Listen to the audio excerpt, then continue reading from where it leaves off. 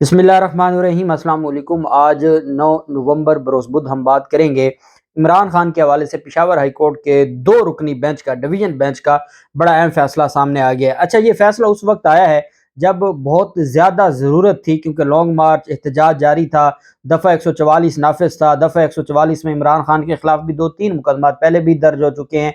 अब भी एक मुकदमे में इमरान खान जमानतों पर हैं और पेशियां भुगत रहे हैं। तो दफ़ा 144 की हद तक क्या अख्तियार है या नहीं है एफआईआर दर्ज करने का, इस पर डिवीजन बेंच की लैंडमार्क जजमेंट आई है। और दूसरा ये है कि जो पुलिस है, जब कॉग्निजेबल ऑफेंस हो जाए, जैसे इमरान खान पर कातलाना हमला था, वो एक कॉग्निजेबल ऑफेंस था। कॉग्निजेबल ऑफेंस की जब इंफॉर्मेशन पुलिस के पास आ जाए तो पुलिस की जिम्मेदारी क्या बनती है? क्या पुलिस अपनी मर्जी से उसमें मॉडिफिकेशन या उसमें तब्दीली कर सकती है, या पुलिस इस सारे के सारे मामले पर यह देख सकती है कि क्या आइन और क्या कानून के मुताबिक है? ये चीज देखनी होती है पुलिस ने। तो इस पर भी ऑनरेबल पेशावर हाई कोर्ट ने इमरान खान पर कातिलाना हमले की एफआईआर दर्ज होने के बाद ये लैंडमार्क जजमेंट दे दी है, जिसका बहुत बड़ा फायदा होने जा रहा है। उसकी तफसील भी मैं आपके साथ शेयर करूंगा। साथ हम बात करेंगे कि इमरान खान की जानिब से 2-3 बड़े अहम पॉइंट्स कौम के सामने रखे गए हैं अपनी सिक्योरिटी को लेके और अपने लॉन्ग मार्च को लेके। उसकी तफसील भी मैं आपके साथ शेयर करूंगा और बड़ी डिटेल उसके ऊपर हम बात करेंगे। लेकिन मैं एक चीज़ आपको ज़रूर बताना चाहूँगा, और वो हमारे आज के इस केस से मुतलका भी है, आज की हमारी गुफ्तगू से मुतलका भी है। वो है ऑनरेबल जो अदालतें हैं या जो अदालती निज़ाम है, सुप्रीम कोर्ट ऑफ पाकिस्तान की जानिब से जब आईजी पंजाब को अहकामात जारी किए गए, तो उसके बाद फिर एक ख़त लिखा गया, और ये ख़त वज़ीर आज़म की जानिब से लिखा गया, इम्पोर्टेड वज़ीर आज़म। उन्होंने जो ख़त लिखा, उस ख़त में बहुत सारे जहाँ पर सवालात उठाए गए, वहीं पे ये भी कहा गया कि इस तरह के जो मामलात हैं या जो इस तरह की चीज़ें हैं, इस पर आपको कानून के ये देखना होगा कि इन्वेस्टिगेशन में कोई चीजें ज़ाय हुई हैं या नहीं हुई। ये कौन कह रहा है? इंपोर्टेड वजीर आजम कह रहा है। किसको कह रहा है? चीफ जस्टिस ऑफ पाकिस्तान को, कि आप जो कमीशन बनाएंगे उस कमीशन में ये भी देख लीजिएगा कि क्या सबूत ज़ाय हुए हैं या नहीं हुए। उस पर गुजरात पुलिस की तरफ से अहम स्टेटमेंट आ गई है और उन्होंने वजाहत दे दी है कि क्या कोई ऐसा मामला है या नहीं है। अब मैं आपको बताऊंगा कि ऑनरेबल अदालत की जानिब से जो डायरेक्शन दी गई थी आईजी पंजाब को, आईजी पंजाब ने एफआईआर तो दर्ज कर दी, क्या सबूत ज़ाय हुए हैं या नहीं हुए, इस पर जो गुजरात पुलिस की तरफ से एक अहम प्रेस रिलीज जारी की गई है। गुजरात पुलिस की जानिब से ये कहा गया है कि कोई भी दस्तावेजात ज़ाय हमने नहीं होने दिए।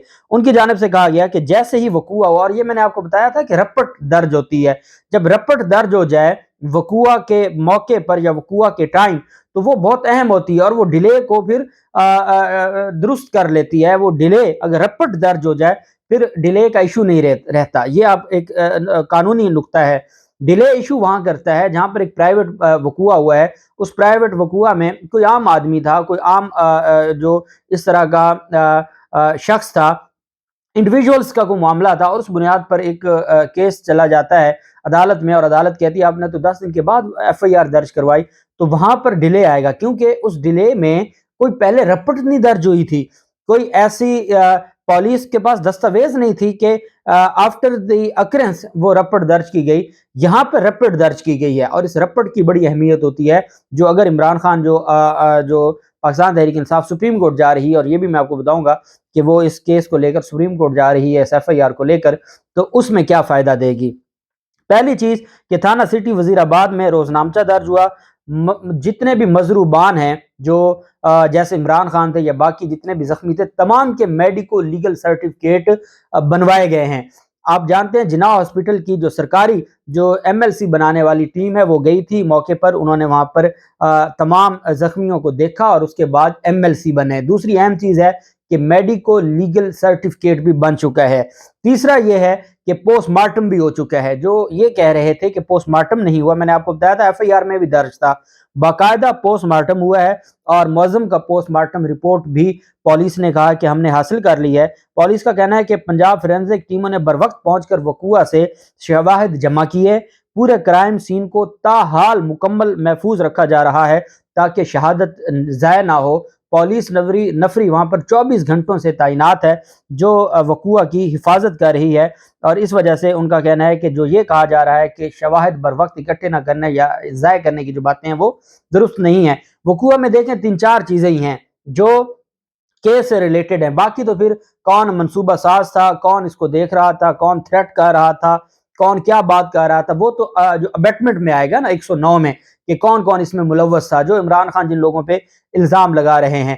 وقوع کی بابت یہ 3-4 چیزیں ہی ہوتی ہیں، آپ رپٹ درج ہو گئی، پوسٹ مارٹم ہو گیا، جو شہید ہوا، جو زخمی تھے ان کی میڈیکل جو میڈیکو لیگو سرٹیفکیٹ بن گیا، اور جو فرانزک سائنس لیبارٹی ہے لاہور، انہوں نے وہاں پر موقع پر گئے، وہاں سے شواہد اکٹھے کیے، انہوں نے وہاں سے جو خون آلود مٹی بھی اٹھائی ہوگی، وہاں پر انہوں نے جو مختلف جو ہتھیاروں کے وہاں پر خول ملے ہیں وہ بھی اٹھائے ہیں، تو وہ ساری چیزیں محفوظ ہو جاتی ہیں۔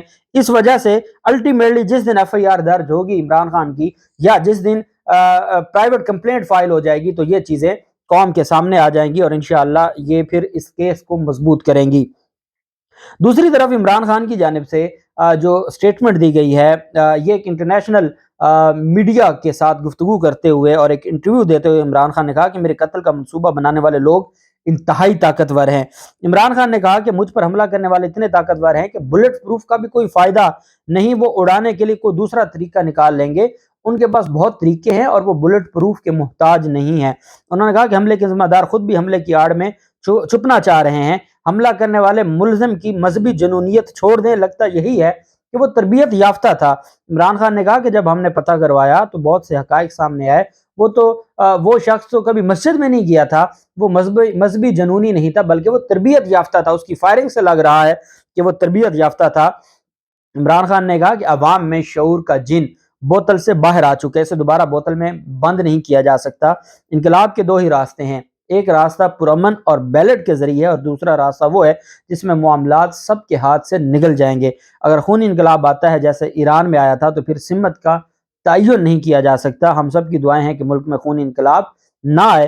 ان کی جانب سے کہا گیا کہ ملک معاشی طور پر مستحکم نہیں ہے، معاشی استحکام سیاسی استحکام کے بغیر ناممکن ہے، اور سیاسی استحکام صرف الیکشن کے ذریعے ہی آ سکتا ہے۔ جبکہ دوسری طرف پاکستان تحریک انصاف کی جانب سے جو اعلان کیا گیا ہے، اس سے پہلے میں آپ کو بتاتا چلوں، پشاور ہائی کورٹ کا 2 رکنی بینچ ہے، ایک اہم ان کے پاس جاتی ہے پٹیشن فائل ہوتی ہے۔ 2 رکنی بینچ میں جسٹس محمد نعیم انور اور جسٹس ڈاکٹر خورشید اقبال پر مشتمل یہ بینچ تھا۔ اس میں کویسچن آف لا یہ تھا کہ وہاں پر ایک مظاہرہ ہوتا ہے خیبر پختونخوا میں، اور خیبر پختونخوا میں لور دیر میں یہ کہ احتجاج ہوتا ہے، اس احتجاج میں دفعہ 144 نافذ کیا جاتا ہے۔ دفعہ 144 کی خلاف ورزی میں پاکستان پینل کوڈ کے سیکشن 188 کے تحت جو ہے وہ مقدمہ درج کیا جاتا ہے، کار سرکار میں مداخلت کا جو مقدمہ ہم روز دیکھتے ہیں۔ پی ٹی آئی کے جتنے بھی کارکنان پورے پنجاب سے گرفتار ہوئے تھے 25 مئی کو، تمام پہ 188 کے تحت مقدمات درج ہوئے تھے۔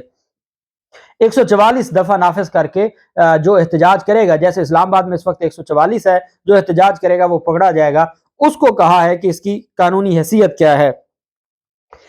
اس پر ایف آئی آر درج ہوئی ان مظاہرین پر، اور مظاہرین نے اس ایف آئی آر کو چیلنج کیا۔ بینچ نے قرار دیا کہ اس طرح کے جرم کا نوٹس، عدالت نے کہا کہ تعزیرات پاکستان کی دفعہ 188 سرکاری ملازم کے حکم کی خلاف ورزی کا اگر کوئی خلاف ورزی ہو جائے، 188 مرتکب ہو جائے کوئی، تو وہ قابل سزا جرم نہیں ہے اور اس پر ایف آئی آر درج نہیں کی جا سکتی۔ بینچ نے قرار دیا کہ اس طرح کے جرم کا نوٹس صرف اس وقت لیا جا سکتا ہے جب متعلقہ سرکاری ملازم کی جانب سے عدالت میں تحریری شکایت دی جائے۔ وہ کوگنیزیبل اوفینس نہیں ہے کہ آپ ایف آئی آر درج کریں، بلکہ وہ نان کوگنیزیبل اوفینس ہے، اور کوگنیزیبل اوفینس نہیں ہے۔ دفعہ 144 کے تحت اس کی خلاف ورزی میں اگر کوئی احتجاج کرتا ہے، اس کے ہوتے ہوئے اس کی خلاف ورزی کرتا ہے، جو 188 کے تحت پرچہ کاٹتے ہیں، وہ غیر قانونی قرار دے دیا ہے، جس کی وجہ سے اس ڈویژن بینچ کی اس ججمنٹ کی وجہ سے عمران خان پر دفعہ 144 کے تمام مقدمات خارج ہو جائیں گے، اور پاکستان تحریک انصاف کی تمام کارکنان پر دفعہ 144 کے مقدمات خارج ہو جائیں گے۔ بینچ نے ایف آئی آر میں نامزد عتیق الرحمان اور دیگر کی مظاہرین کی جانب سے ایک درخواست پر یہ فیصلہ دیا डिप्टी कमिश्नर दीर लोअर दीर ने 6 अक्टूबर 2022 को नोटिफिकेशन जारी किया जिसमें कहा गया कि दफ़ा 144 के तहत बाद सरगर्मियों पर पाबंदी आयद की गई। उसमें कौन सी पाबंदियां थी? मसाजिद और दीगर मजहबी मकामात के अलावा अवामी मकामात पर लोगों के जमा होने पर पाबंदी आयद की गई। दरखास्त गुजारों के मुताबिक मुजाहिरीन के साथ 7 अक्टूबर को वहाँ पर मेडिकल कॉलेज है तैमरागढ़ गिरा, तो वहाँ पर इंतजामिया की जानिब से कुछ असामियों का और कुछ वहाँ पे मामला था, उन्होंने एहतजाज किया, उस पर 188 के तहत मुकदमा दर्ज करके उनको गिरफ्तार कर लिया। अदालत ने इस बात पर जोर दिया कि ये जो आपने गिरफ्तारियां की हैं ये आपने किस कानून के तहत की हैं? दफा 144 की खिलाफ वर्जी में आप एफआईआर ही नहीं दर्ज कर सकते। ये कह के अदालत ने एक तो दफा 144 की हद तक पूरा केस उड़ा दिया। और ये बात आप याद रखिएगा कि अब अगर कहीं पे दफा 144 नाफिज हो और उसकी कोई खिलाफवर्जी हो जाए तो उस पर एफआईआर दर्ज नहीं होगी। ये डिवीजन बेंच की जजमेंट आ गई, ये लॉ बन गया है। एक बात। दूसरी बात, अदालत ने यह भी बता दी है कि एफआईआर कब दर्ज होती है। बेंच ने रिमार्क्स दिए कि ज़ाब्ता फौजदारी की दफा 154 जिसके तहत मुकदमा दर्ज होता है, जिसके तहत जुबैर खान न्याजी ने दरखास्त दायर की, इमरान खान के बिहाफ पर कातिलाना हमले की दरखास्त दायर की गई। वजीराबाद थाना सिटी में 2 रुकनी बेंच डिवीजन बेंच कह रहा है कि जब 154 के तहत कोई आके अपनी स्टेटमेंट देता है, पुलिस स्टेशन के इंचार्ज अफसर पर यह फर्ज आयद करती है, ये फर्ज है, कोई छोटी बात नहीं की गई, कि जब ज़ाब्ता फौजदारी की दफा 154 154 जिसके तहत एफआईआर दर्ज होती है, पुलिस स्टेशन के इंचार्ज अफसर पर यह फर्ज आयद करती है कि वो मुतलका किताब में उस जुर्म के बारे में मालूमात दर्ज करे और उसके पास एफआईआर के इंदराज के इनकार का कोई अख्तियार ही नहीं है। ये मैं आपको बता रहा हूं, इमरान खान की एफआईआर आने वाले दिन पेशावर हाई कोर्ट के डिवीजन बेंच का ये लीगल 154 को भी उन्होंने तशरीह कर दी है और 144 को भी तशरीह कर दी है। 144 के तहत कोई एफआईआर नहीं होगी मुजाहिरीन पर। दूसरी बात कि ऑनरेबल पेशावर हाई कोर्ट के डिवीजन बेंच ने ये प्रेसिडेंट बना दिया है कि 154 के तहत आपके पास जब कोई दरखास्त आती है अंदराजे मुकदमा के लिए और आके कोई आपको बताता है कि ये कोई अकरेंस हुआ है और इंफॉर्मेशन देता है, तो आप पर ये फर्ज आयद होता है, एक फर्ज, और दूसरा ये है कि आपके पास कोई अख्तियार ही नहीं है सिरे से कि आप इनकार करें। ये बात सबसे अहम है कि आईजी पंजाब और डीपीओ गुजरात और एसएचओ सिटी थाना वजीराबाद कैसे नो बोल सकते हैं, कैसे वो 154 के तहत नहीं करते।